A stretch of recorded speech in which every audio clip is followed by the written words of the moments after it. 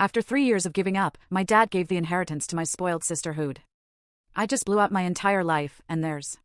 In that quiet moment, handing over the keys, I knew I was setting off a bomb. The air in David Miller's office was thick with old leather and palpable tension.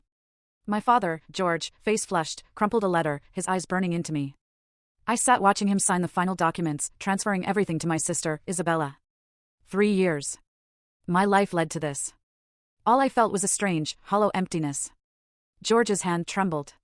He was 72, finally recovered from the stroke that ripped me from Nashville. 3 years ago, I'd thrived, marketing career, apartment I loved. Then, 2 a.m. Mom's urgent call, George collapsed. Not sure he'd make it. First flight to Montana. Isabella?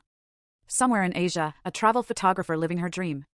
One text, visit when she could, schedule incredibly busy. 8 months passed. Nothing. The stroke left George partially paralyzed.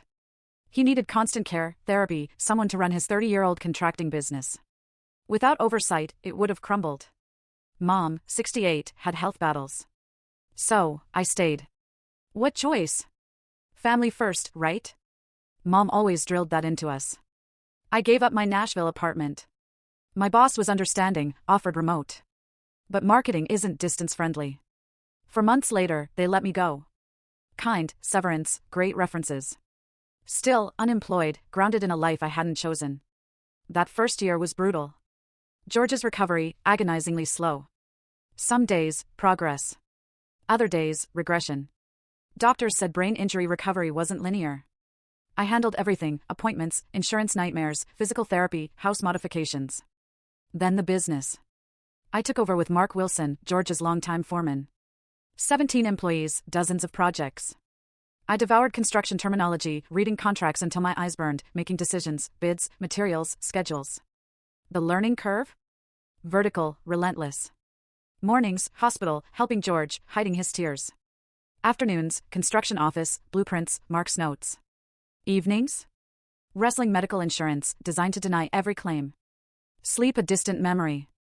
I'd collapse around midnight, wake at 5, start again. My body protested, headaches, stomach rejecting anything but toast. I dropped 12 pounds, which Mom, bless her heart, called a positive side effect of stress. The business? Unexpected challenges. One contractor tried to overbill us by 30%, banking on my inexperience. After everything, every sacrifice I'd poured into keeping this family afloat, seeing George sign those papers for Isabella, it felt like my last way to fight. What would you have done? Don't miss the twist bottom left. Full story.